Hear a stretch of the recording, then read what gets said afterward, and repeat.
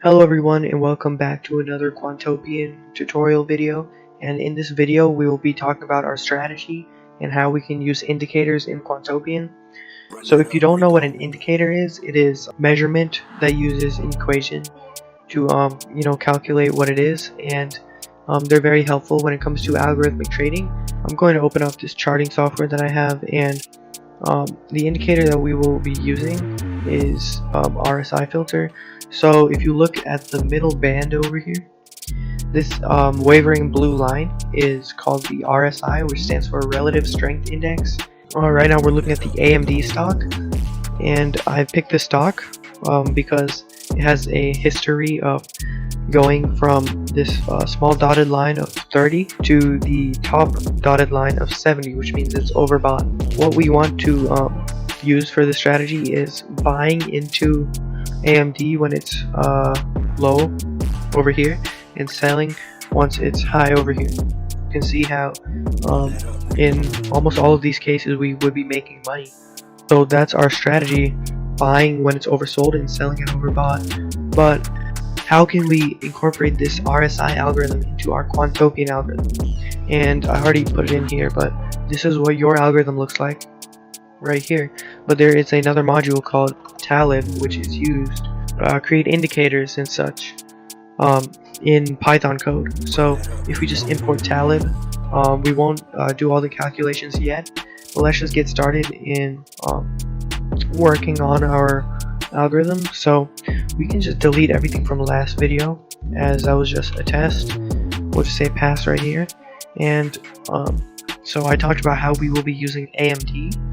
So let's just say our stock that we will use is the SID, which as a recap is our ticker finder, and it's AMD.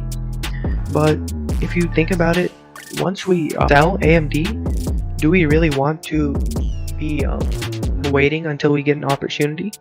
This is one of the fundamental concepts of algorithmic trading, is you don't want to waste any time, and you always want to have your money invested into something. So what we want to do here is make a safety stock. So we'll do context dot safety and equal that to a safer stock. So just for this algorithm we'll choose SPY, which is the S&P 500 index fund. Now we've imported Talib, which is used to get our RSI. But if we want to use Talib, we need to first have a lot of pricing data.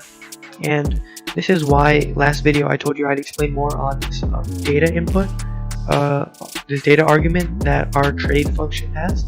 And what Quantopian does is that this data argument, if you supply that into one of your functions, it will allow you to use all of the pricing data for a stock. So what we want to do is just look at our pricing history of AMD.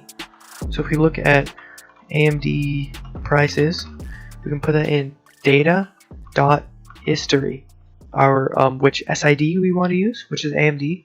Then what type of price do we want? So in this type you can use close price, open price, just normal price. But what we want to use for this one is the close price, and how many days we want to track.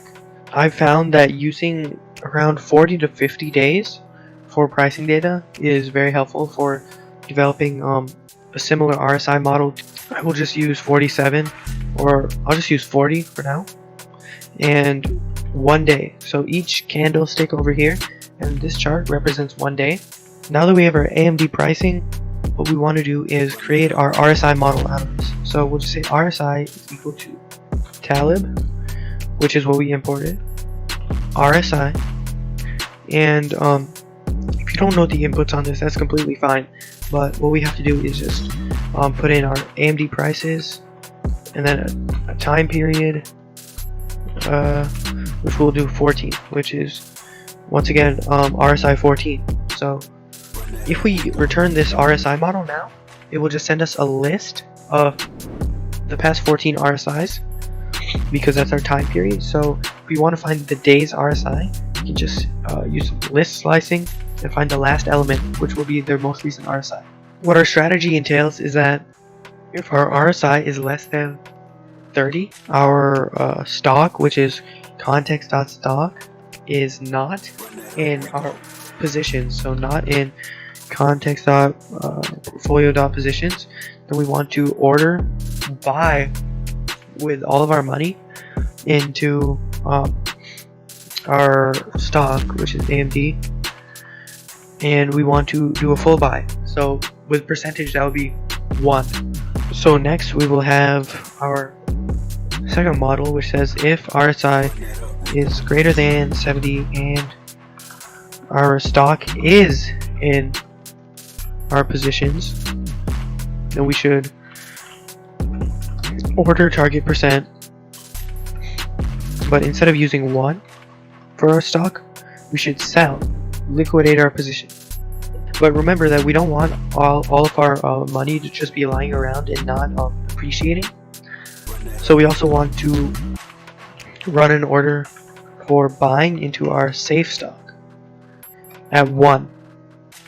But remember here, so once we liquidate this, we don't want to have our safe stock and our AMD stock bought at the same time, as we would not have enough money for that. So over here we want to order target percent our context.safe to 0 before we buy into AMD. Now this is a really simple version of our strategy, and over the next few videos we will be improving on the strategy.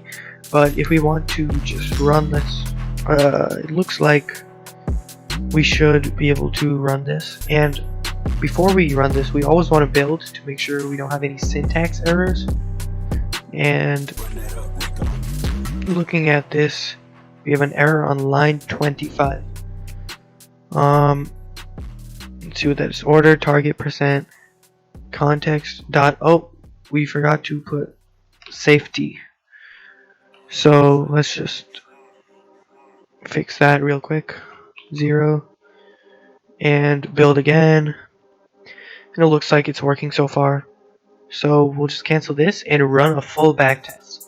Now what this does is it'll take you to this specific backtesting site, and it'll show you how your algorithm performs. So our backtesting period was only for around 2 years, since 2018 all the way to July 2020. But as you can see, our strategy, in just such a simple algorithm, our strategy can already beat the market significantly. So if we fully let our backtest run, you'll see how our strategy has performed really well. Like in these 2 years, we've generated 154% returns, and if you look at the risk, we have not bought more because we use order target percent, and our net dollar exposure, which was how we want all of our money to always be invested into something, is around 91%, which is perfectly fine for us. So that is how you backtest and create a simple strategy in Quantopian. But later on we will go through this and look at how we can improve our strategy even more. So yeah, that's it for this video. I hope you learned something, and I'll see you in the next one. Peace.